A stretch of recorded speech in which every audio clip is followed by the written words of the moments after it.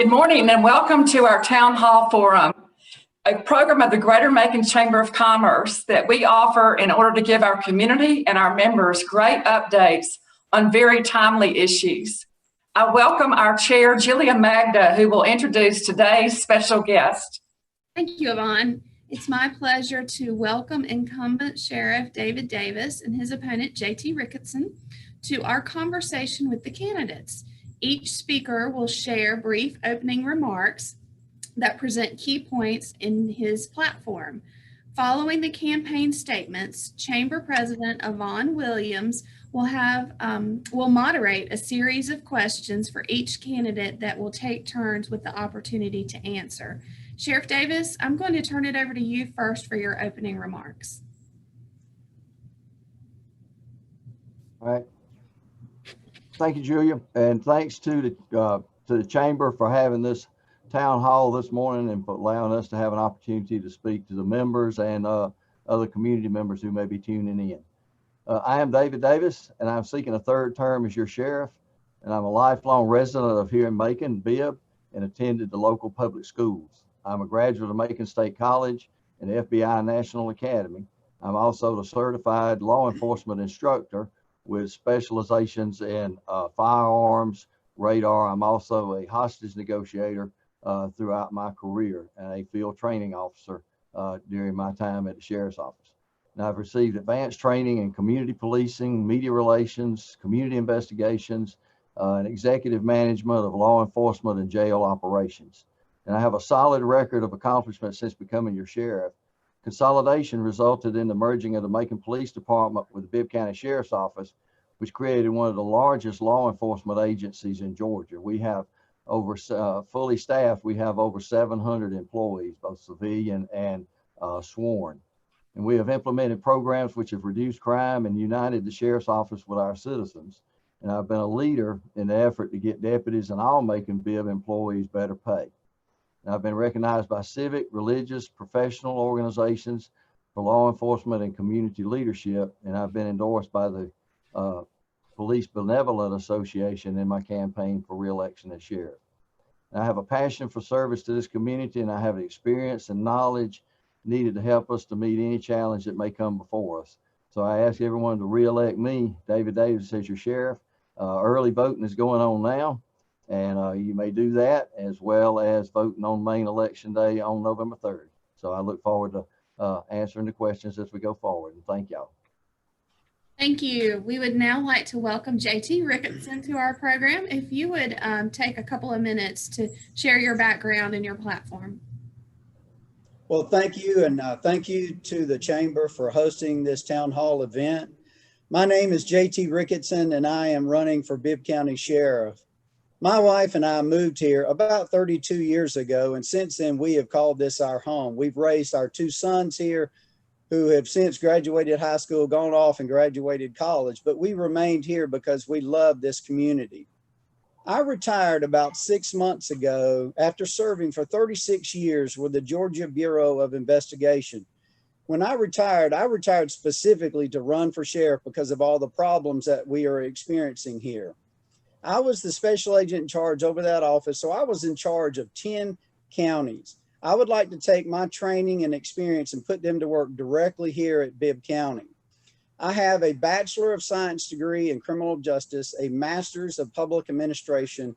Both of those degrees are from Georgia College in Milledgeville. I have a second Master's in Public Safety Administration, and that one is from Columbus State University.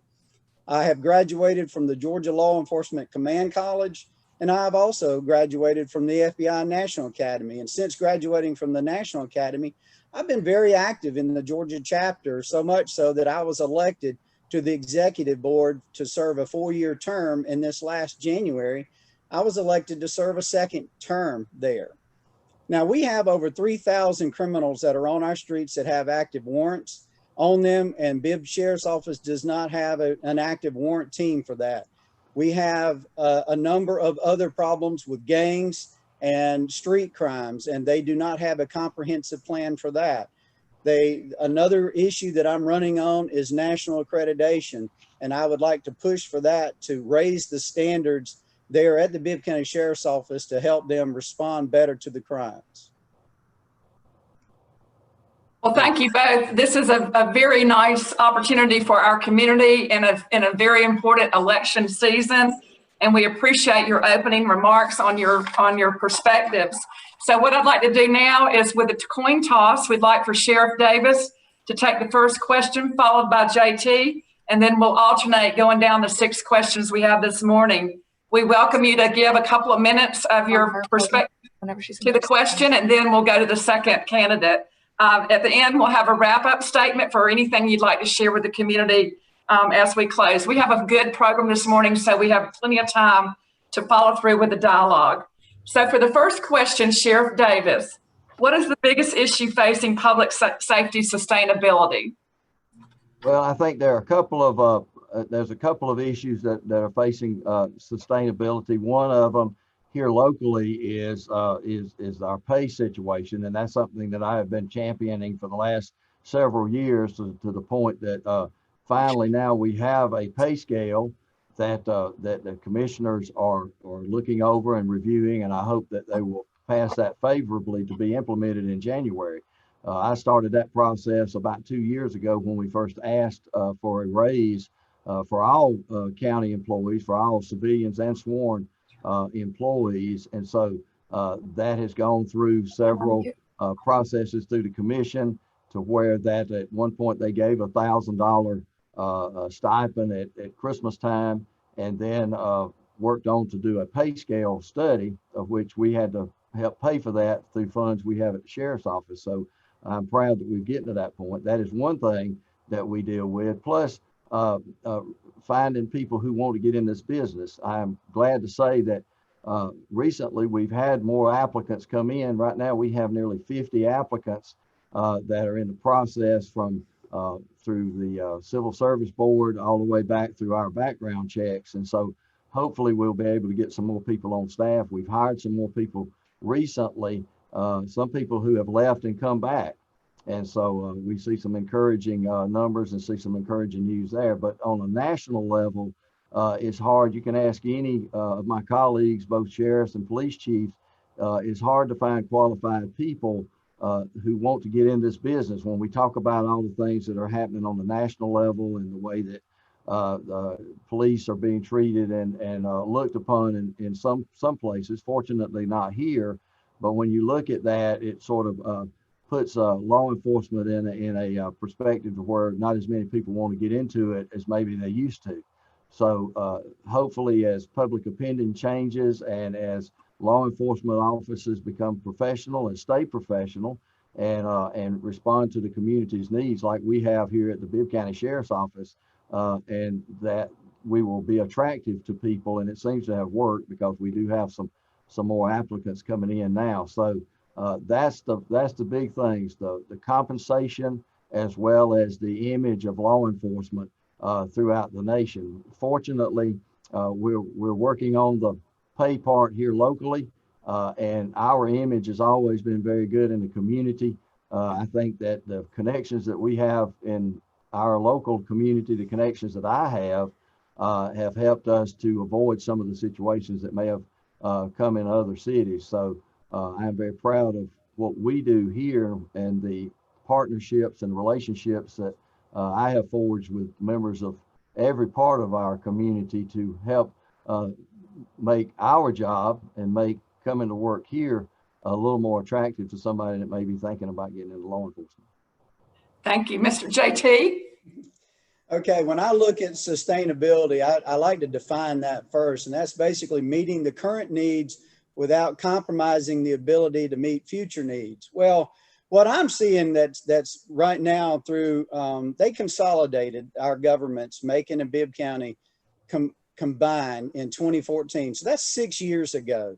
Well, just 1 year later, they showed that there were 50 deputies short, 50 deputies. So when you look at that in comparison, the majority of the police departments around our state do not even have 50 sworn officers. So that is a very large number. So what was going on with that? That's 5 years ago that they've identified a very serious problem. 2016, what did we get? They had a salary study that the county paid $150,000 for out of taxpayer money. And then Athens Clarke County offered to give us theirs for free. Now, I mentioned earlier that I am a graduate of the FBI National Academy and I serve on the executive board. So I have contacts all over the United States, but I also have contacts all over the world in law enforcement, and I can easily pick the phone up or send emails, and I could probably get 10 or 15 or 20 salary studies within just a week or so. Now, what's interesting is this was 2016. So now we are fast forward to 2020, and where are we with our deputy shortage? It's now close to 200. So it's gotten worse. And I asked about the salary study that they paid for $150,000, and they told me, well, that's out of date now. Well, that is not acceptable for folks working in government to pay that much money for something not to implement it. They should have voted on it. So what do we get this year? We get another salary study. They just spent $99,000. They still haven't voted on it, to my knowledge. If they do, that'll be great. We do need to do that, but I just don't understand about kicking the can down the road. That's something that should have been championed by the sheriff more so from the very start back in 2015, not just the last 2 years. Okay, thank you. And this is a question from a member who was very diligent in writing in this question. The question is, first for you, Mr. JT, what strategies will be utilized to hire new deputies as well as retain the current ones? All right, well, there are a number of things that we need to do that we need to do differently here. Bibb County is probably the 6th largest sheriff's office in the state, and so they should have a better comprehensive plan to deal with recruitment. They should have people that are assigned to recruitment full time. The agency that size with 700 plus personnel, they should have 2 or 3 people that are there all the time. One thing I want to do is I want to change the culture there that has been existent there for decades and decades and decades. When they hire a young person that wants to be a deputy to go out on the road and patrol, they stick them in the jail and have them work as a jailer for 4 to 6 years. So that information is known in the law enforcement community, and people are not going to do that. What's interesting is David has never made the transition over from being a sheriff to now patrolling and dealing with the inner city. When you hire somebody and you've got the inner city problems that are occurring there daily, you should be looking and have a contingency of 30 to 40 applicants at any given time, all the time, where you can send them to mandate. When you think about the mandate is in 11 weeks, and then you've got a field training program that is another couple of months. It is about 6 months to a year before you get somebody really up and running. So this is a long process that they should have people in all stages of that. I also think we need to improve the working conditions. Right now, they're working these deputies overtime. I think it's 4,500 hours was the last thing they reported, spending well over $100,000. That is not sustainable. You cannot just keep working people over and over. You are on the cusp of having somebody make a grave mistake with somebody's personal rights there. Thank you. And we'll go back to Sheriff Davis. As we look across the nation, there's so much dialogue on no police establishment. And we've seen the repercussions across the nation of communities that are having to face this. What is your view on no police establishment as policy? Well, can I answer the other question first about recruitment?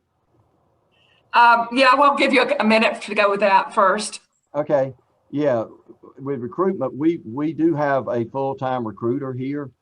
She goes to job fairs. We've done radio ads. We've done TV ads. We've done billboards. We've done videos. We cover all the gamut to cover everybody to get recruited. And so, yes, for someone who comes in that does not have any law enforcement experience, that is where we start people off in the jail. And it's not a 4-year or 6-year wait now. It's about 2 years, but it takes that long to get people through mandate school and to get them trained through jailer school, and the experience and the skills that they learn in working in the jail are invaluable for when they get out on the road. That's been a tradition through the sheriff's office. Now, people who come to us who are already mandated, already certified law enforcement and have experience in law enforcement, they go straight to the road so that they can help the patrol out. But as soon as the people who come in that are not trained, not mandated, as soon as they get mandated and positions come available and we can allow them to come out of the jail due to staffing issues, they go on the road and join the force out on the street. And we do inner city policing. I am very proud of the work of our investigators, our gang unit, even our outreach officers that are out in the streets and work and solve the crimes that we solve the homicides, solve the serious crimes, and are out there connecting with the community every day. So if we could go into the viewpoint of a no police establishment, what would that look like for Macon? Well, I think that is some extreme talk to get conversation started about a lot of different things that law enforcement. There's a lot of things that law enforcement that has to deal with now with mental health, and certainly jails and sheriffs know all about that because the best mental health treatment facilities are in our jails. And so there's a lot of social services that have been put to law enforcement that probably should be done in other places with, with social workers, with medical staff and that sort of thing, from the mentally ill to homeless and that. But I don't think anybody realistically thinks that law enforcement should be abolished or done away with. I think that is certainly an extremist view, and most folks would, you need protection. You need folks out there because there's always going to be bad people. Even though there are more good people in a community than bad, but someone has to be out there being the protector and the person that makes sure that everybody's rights are taken care of and that their rights are followed, and that when bad people do bad things, there has to be consequences. So that's what law enforcement is there for, and that's what it's always going to be for. Yes, Mr. Ricketson, I know you have a great view of what you've seen in the nation and what that would look like for Macon Bibb. What is your thoughts? Well, the push for defunding the police and having no police is really ridiculous. It is a thought that has no coherent intelligence to it at all. One thing that people probably don't realize is the folks that work in public safety, we deal with a different part of society that most of them go through their whole lives and they never see. So we're out in the fringes of our society dealing with very evil people. In my career with GBI, I went knee to knee and interviewed folks, got right up in their personal space, that had killed over 6 people with his bare hands. I dealt with a serial rapist that had raped at least 10 women, a serial child molester that had raped over 15 young boys. So I have seen true evil in this world, and I know it exists. And so we cannot have that. When you are talking about having social workers go first to a scene, to a domestic or any other call, that is a disaster. You think about law enforcement and the training that we get and the equipment that we're going out there with, and we still end up having problems sometimes when we confront this evil in our society. So no, I think that is a bad idea. I think the areas that are trying to exercise a little bit of this are already feeling the repercussions of that, because I can tell you what you're seeing right now in our own community is criminals thrive where there's very little law enforcement, and we have a thriving criminal population right now here because there's very, very little going on, and we need to change that. Well, thank you. And we'll let you go right with the next question in the order that we've decided. How do Macon crime statistics compare with other communities our size? And what is your vision to keep our community safe? One member added to this: crime is out of control. What will you do to address and reduce crime in Macon Bibb? Okay, so right now, when you look at just our violent crime rates and our property crime rates and comparing us to the state of Georgia, we are consistently double that. Recently, we had 42 homicides, which put us 6 times the national average. This year, we've had about 40 homicides, so we're on track to set another record here. We are going to be considered probably one of the most dangerous communities in the United States. When you look at that, I know the sheriff will like to say, well, in 2019, the overall crime rates went down, but we had 139 people that were shot here in Macon-Bibb County in 2019. You do that comparison to Houston County or to Monroe County, and that is 9 times more likely to be shot here in Macon-Bibb than you are just one county over, either to the north of us or the south of us. So those folks are doing stuff a lot different than what's not happening here. So yes, I have a lot of plans. I've got state experience. I've worked all over this state. I've got the training, the skills, and the education. I've got the programs through the warrant service team and the multi-jurisdictional drug task force and making us nationally accredited. So there are a number of things that I can put to work immediately that will start to take down our violent crime rates here. Thank you. Well, then we'll go straight to Sheriff Davis for the next question, which is the same question. How do Macon crime statistics compare with other communities our size? And what is your vision to keep our community safe? With a member asking, crime is out of control, what will you do to address and reduce crime in Macon-Bibb going forward? Well, that's one of those kind of things that we have that issue going on all the time. When you compare us with other cities comparable to us, Augusta, Savannah, Augusta and Savannah have had over 30, close to 40 homicides in the last few years. There are a lot of different factors. And even when you talk about comparing crime statistics, if you go to the FBI's website where it talks about the crime statistics, it talks about not to form an opinion based on statistics in a particular town, and do not look at that as a reflection on the law enforcement, because there are so many other factors. One of the factors we always like to compare to Warner Robins and Houston County. When you look at the median income of Macon-Bibb, it's about $39,000. When you look at the median income in Houston County, that's $58,000, almost $20,000 more median income in Houston County than in Bibb County.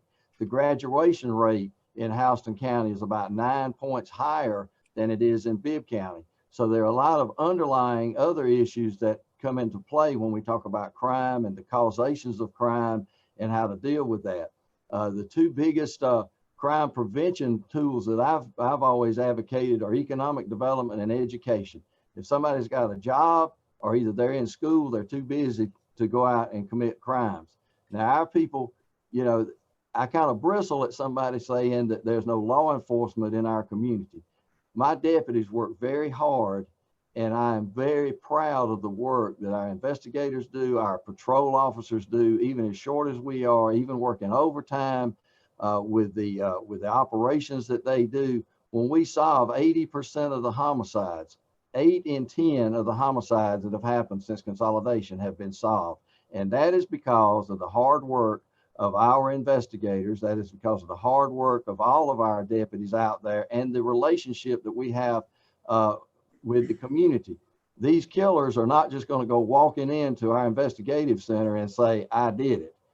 We need that relationship with our community and the work of those fine investigators. So there is law enforcement in this community, but it is partnered with our community that gives us the information to do the job. And so we work very hard at that. And I think my investigators and my deputies do a great job of solving the serious crimes when they happen. But there are a lot of other factors that go into that than just when you look at whether we have the crime figures. Now, when we look at that, and that's one of the things that I found have gone to neighborhood meetings and things like that, that people always have this perception, oh, Macon's a dangerous town, we're getting, things are getting stolen. The numbers that we have show that in 2019 was the lowest number of reported crimes since consolidation.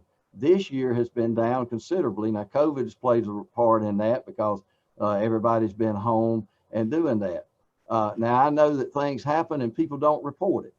And so that's one of the things that we are encouraging. We just started a new program called Cop Logic, where people can go online and make reports of their car being broken into, their suspicious activity. And we've already had over 200 reports have been submitted online to encourage people to make those reports, because if we don't know about it, it's very hard for us to go out and investigate it. So we encourage people that if they're a victim of crime to let us know, and we'll do everything we can to solve it.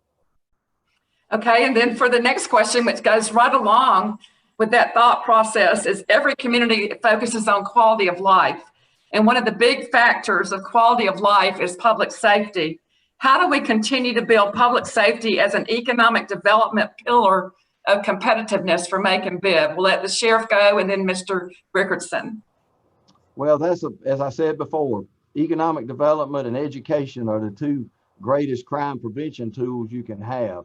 And working with various organizations, even the Chamber of Commerce and other great organizations to help market our community, help bring better jobs in here. I know we're getting a new mayor, we're getting new commissioners coming in, some new commissioners, and they have some good ideas to help spur along economic development and work with education. Mayor-elect Miller, he comes from the school board, so he has some ideas about education and that sort of thing. So there's that nucleus there to move forward with economic development and education, coupled with what we do at the sheriff's office.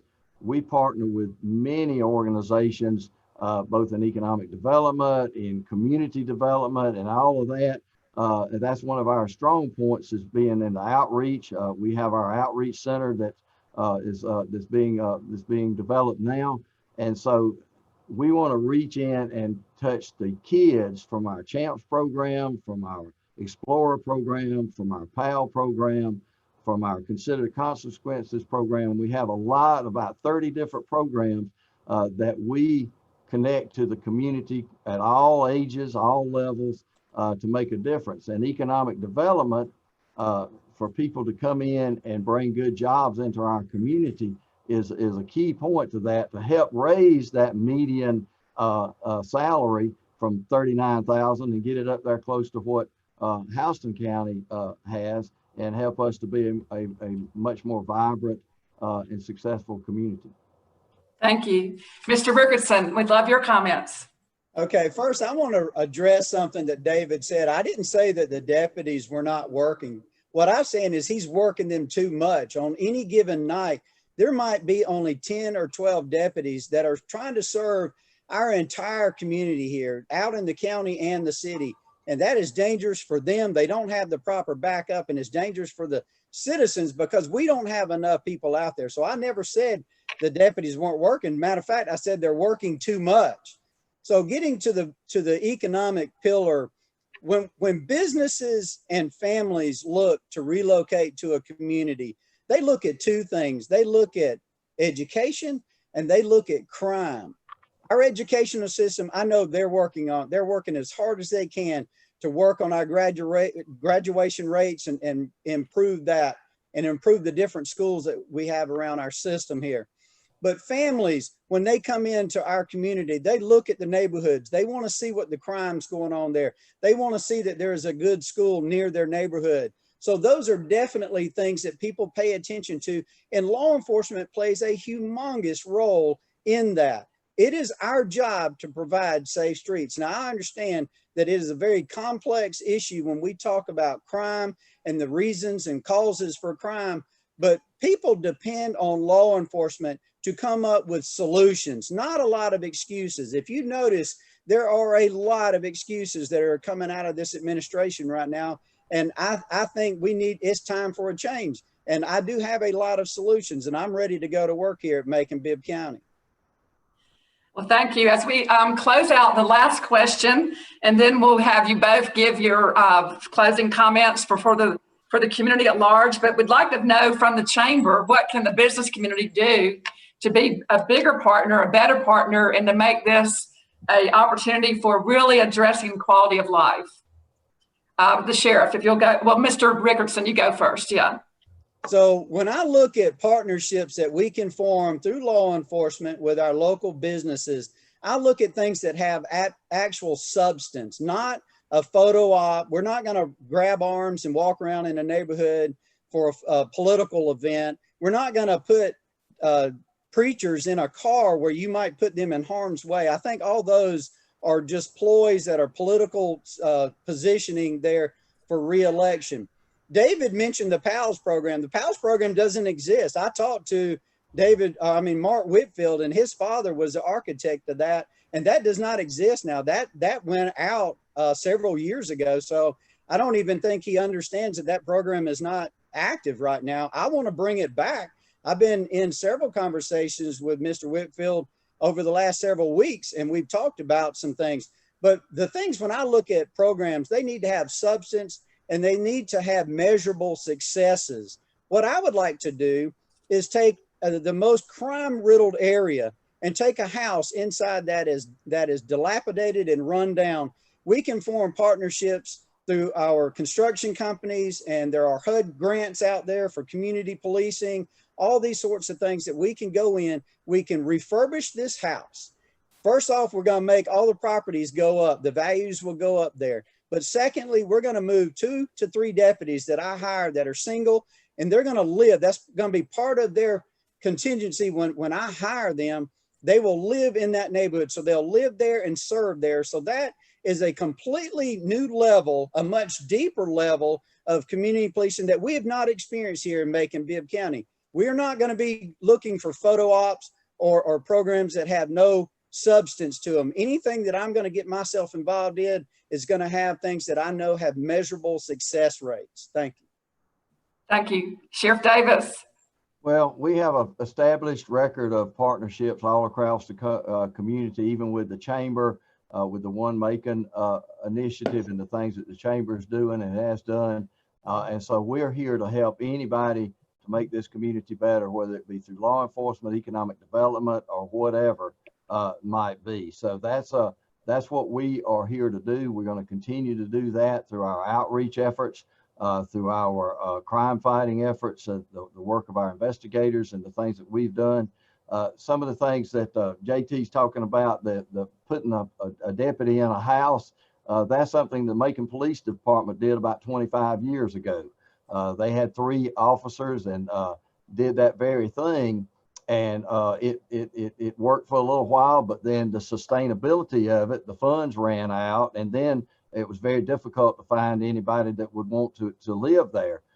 My thought on that is, if we were going to do something like that, is to have a house, refurbish it or whatever, and put some community organizations in there, law enforcement certainly, social services, medical services, whatever needs to be done, and make that a mini community center where people can come, and you're really doing more to uplift that neighborhood and give that neighborhood the services that they're really needed, rather than just putting a deputy in there to be there for to play ball with the kids in the neighborhood. Give that neighborhood somewhere they can come for some of the services that many of the people that live in these areas really need: economic services, jobs training, educational mentorship, and that sort of thing. We have sort of something like that at the Kings Park Community Center, and it's not used as much as it should be for some of those services. And that is a wraparound kind of thing that the chamber can get involved in, local government can get involved in, and certainly the sheriff's office can get involved in it. So there's a lot of different things that we can do to assist, to help with economic development and help lift these individuals in some of these blighted neighborhoods. And certainly we see them all over this community. We are a very diverse and depressed community where there's a lot of poverty in certain areas of our community. My work crews go out and cut vacant lots just so kids can have somewhere to play, to clean up those lots so that the neighbors will have somewhere nice to walk and it doesn't look like a jungle. So we are right at the forefront of helping out the neighborhood. We cleaned out an area over off of Unionville called the Field, and it really made an impact in that community. So we are doing things out there. And some of the other things that we're doing, the Concord project that he mentioned about, that is putting preachers out there in the cars. They approached us about that idea, And I think it is something. It's innovative. We've had other cities call us and ask us about that program of what we're doing. So that is something that they are coming out to learn what is going on in the community. And they have already had contact and had some impact on some of our crime victims and are out there making a difference in some of our more blighted areas. And I'm very proud to have that program in place, and we're going to continue it on. Thank you. Mr. Ricketson, would like for you to give your closing statement. If there's something I haven't asked that you would like to put in perspective, please feel free to do so, as well as followed by Sheriff Davis. Well, first off, thank you for the Chamber for hosting this town event. I appreciate all the efforts that went through to get this put together. My name is JT Ricketson, and I am running for Bibb County Sheriff. Folks, the choice here could not be any clearer to you if you just look at the track record that we've had over the past 8 years. When we look at the violent crime rates, our property crime rates, the deputy shortage growing from 50 to over 200, the choice could not be any clearer for you. If you want safer streets, then you can vote for new leadership. It does not matter if you are a Democrat, a Republican, an independent, or even a libertarian. Everybody wants to be safe, and you look for your sheriff's office and your public safety to be providing those safe streets for you. Right now, we don't have safe streets. You can look out, you can look at the crime. We've got billboards around our community right now that talk about stop the killing. There are yard signs out there saying stop the killing. Name any other community that we have in Georgia that have the same issues that we're having, and you cannot find it. Just one county over to the north or to the south, they have a completely different community than what we have. We deserve better. You deserve better. On November 3rd, you have an opportunity to make that change for new leadership here. Thank you. Thank you, Mr. Ricketson. Sheriff Davis. All right. Thanks again to the Chamber for having this forum here this morning and giving us an opportunity to speak. In me, you do have a choice this year for sheriff. In me, you have someone who's worked at the Bibb County Sheriff's Office for over 40 years to make a difference in our community. In my time as your sheriff, we have walked and worked together to make a positive impact on Macon Bibb. From Riverly to Rutland, from Dry Branch to Lizella, we've changed lives. We've initiated innovative programs which have helped us outreach into the community and which has helped to unite us with our citizens. And our outreach and restorative justice center that we'll have online here later will accomplish even more, particularly those young people who need guidance to keep them on a positive and productive path. We've implemented groundbreaking law enforcement projects which have removed hundreds, if not thousands, of dangerous offenders from our streets. And hey, we have taken many guns from serious offenders off of our streets. We've even innovated new programs like our NIBIN program to track shell casings, our camera system that we have already put up that has already given us images that have helped us to solve many crimes. The next step from that is our ShotSpotter program and our license plate reader. So we're putting innovative technologies and programs into place. Our COVID Concord project with the ministers has made a difference. It's putting us on the streets. It's given us another tool to reach out in the community to affect young people and people who are more prone to violence. And just the last thing is, remember, there are more good people than bad people in our community, and we want to help the good people do the great things. So remember, I think to me, the choice is clear. I have an established record. I have a commitment to this community, and I ask for you to vote for me, Republican, Democrat. I run as a Democrat. JT runs as a Republican, but on the election, you can pick whoever you want to. So as I said before, vote early now or vote on election day on November 3rd. And I appreciate everybody's support and vote. And I appreciate y'all for having us here this morning. Thank you both. We really appreciate your time and a very busy schedule to be with us this morning. We also appreciate your willingness to serve in public service. We salute our first responders. They're very, very important to our community. And should we not ever forget that and appreciate it as a business community? Let me tell the membership to please remember that early voting is in place. Exercise your right as an American to go vote. It's a very important election, both nationally and locally, and we need all of our citizens to participate. Your chamber is very happy to have these town forums. We'll have many more coming up in November and December. Look for this posting and recording on our web page as well as Facebook. And also stay tuned for the programs we have forthcoming. Everyone have a very safe and happy weekend. Thank you. Thank you, gentlemen.